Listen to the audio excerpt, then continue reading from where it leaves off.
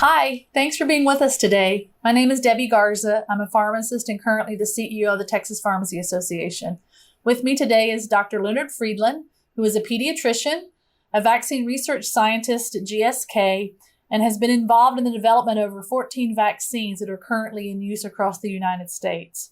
He's a member of the National Vaccine Advisory Committee, and he's passionate about vaccines.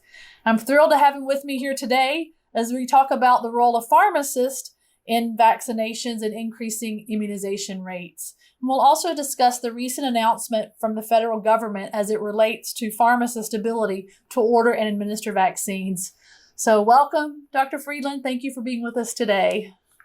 Thank you. So, Dr. Friedland, I have read where in some parts of our nation, vaccine requirements are being suspended for kids going back to school. If we can't get kids vaccinated on schedule, what are your ideas on how pharmacists can play a role in getting kids up to date on their vaccine schedule to keep us from trading one epidemic for another? Yeah, you're absolutely, I like the way you said that. We don't want to have another public health crisis on top of the one we already have. We don't want to have resurgent outbreaks of measles or polio or Haemophilus influenza B here in the United States, diseases that we just don't see any longer. We don't want to miss the opportunities. And I think wherever people can access healthcare, they should have the opportunity, if it's appropriate, to receive their vaccines. And so I am very encouraged by the HHS announcement. Of course, it's going to be dependent upon jurisdictions and states. But if it's possible, it's a great opportunity. Pharmacists have tremendous interactions with families and patients. Of course, the convenience is there as well, as far as evening hours and weekends for families. And so we don't want to miss the opportunity. And of course, it can be done safely, which is absolutely critical. So I'm very supportive of not missing any opportunity for a healthcare provider to vaccinate patients. And of course, then it's all about communication as well, making sure that if a child is vaccinated in the pharmacy setting, that information get back to their primary care provider, the use of the immunization information systems, and all the other things that need to be placed around communication. And that, but we don't want to miss the opportunities, and it's very, very important. Well, just to add, the reason that Secretary Azar, who's the Secretary of the U.S. Department of Health and Human Services, made this announcement with the Trump administration was, of course, to get rid of barriers with the different states that have different requirements. So under the PrEP Act, they have the ability in order to override any of the state laws that may exist when it comes to vaccination authority by pharmacists. So their announcement on August 12th was, in fact, that pharmacists may order and administer vaccines to children ages 3 through 18.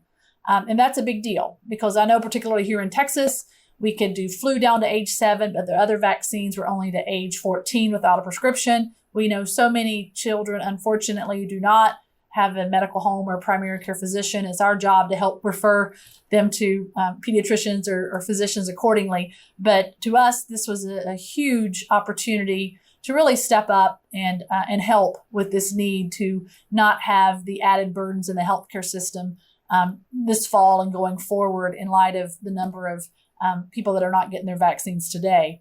So as pharmacists, we do stand ready to deliver on this. But I guess I would ask you as a pediatrician, what is your take on pharmacists being given this expanded authority? Well, my take as a pediatrician is that I want my patients and everybody in the United States to have the opportunity to be prevented to acquire an infectious disease. And so we have ACIP, CDC, Advisory Committee on Immunization Practices, recommended vaccines. And if the regulations are such that a healthcare provider can vaccinate a patient, we don't want to miss the opportunity. And I think it's extremely important that as we move into this fall, that everybody in our nation is protected against vaccine preventable diseases. We've seen dramatic declines in office visits and also in visits to pharmacies during the pandemic. Office visits for pediatric offices are starting to come back, but it's not back to exactly where it was, but it's definitely heading in a very good direction. And but there'll still be opportunities that will be missed. And so let's take advantage of getting people vaccinated safely and effectively by a healthcare provider. And so my role as a pediatrician is to make sure that my patients are healthy, and we'll take it however it comes. That's my view on this. And I'm encouraged that there's expanded opportunity for people to receive their vaccines. And also, if parents bring their children in to get vaccinated, maybe the parents themselves will get vaccinated as well. And so that's a potential other opportunity to say, okay, you're bringing your child here, but let's talk about you. Have you been protected? You're over 50. Did you get your shingles vaccine? You're over 65. Have you had, maybe it's a grandparent bringing a child in. Have you had your pneumonia vaccine? Have you had your Tdap vaccine? And of course, influenza vaccination. So I think I'm encouraged that hopefully our patient population across the United States and in Texas, more people will get their recommended vaccines on time and be protected against vaccine preventable disease. That seems like a very good thing.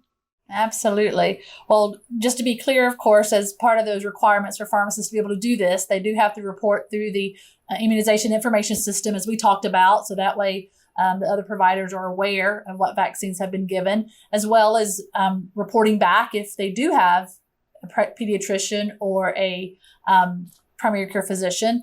And then if they don't, recommending one, and as well as recommending the well-child visit. That's so important, particularly for children, to see their pediatrician. So that's part of the requirements for pharmacists, and I think a great opportunity for there to be pharmacists and physicians working together. Great opportunity. So there are over 300,000 pharmacists in the United States, and it's the only profession where a patient does not have to have an appointment to access health care. Pharmacists are the most accessible of all healthcare providers. Some state that 90% of the U.S. populations live within 5 miles of a pharmacy. Pharmacists are highly educated. They actually go to college for 6 to 8 years to receive a doctor of pharmacy degree, and many go on to do a 1 or 2 year postgraduate residency program. So given that, what are some ways that pediatricians and pharmacists can work together in order to achieve the highest vaccination rates possible in this country? Oh, that's a great question. I work with pharmacists every day, and I'm always amazed at the knowledge and the passion and the commitment of our nation's pharmacists.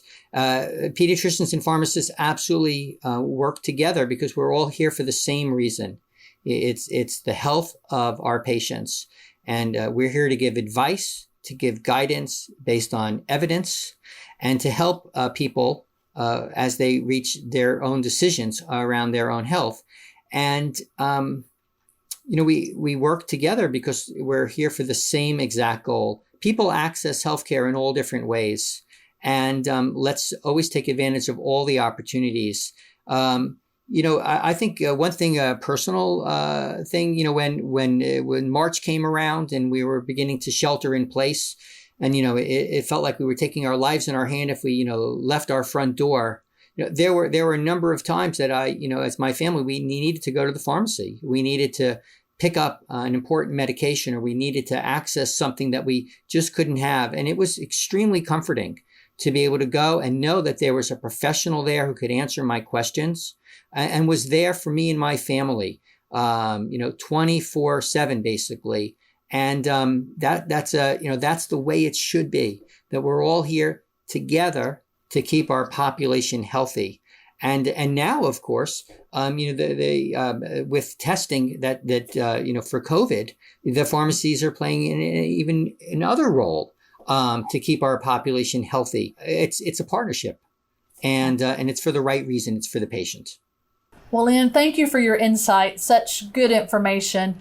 I think it's important, as you said, we all have the patient at heart. That's our most important priority, is to improve patient outcomes, and how we can work together as part of the healthcare team is so important for all of us in the healthcare arena.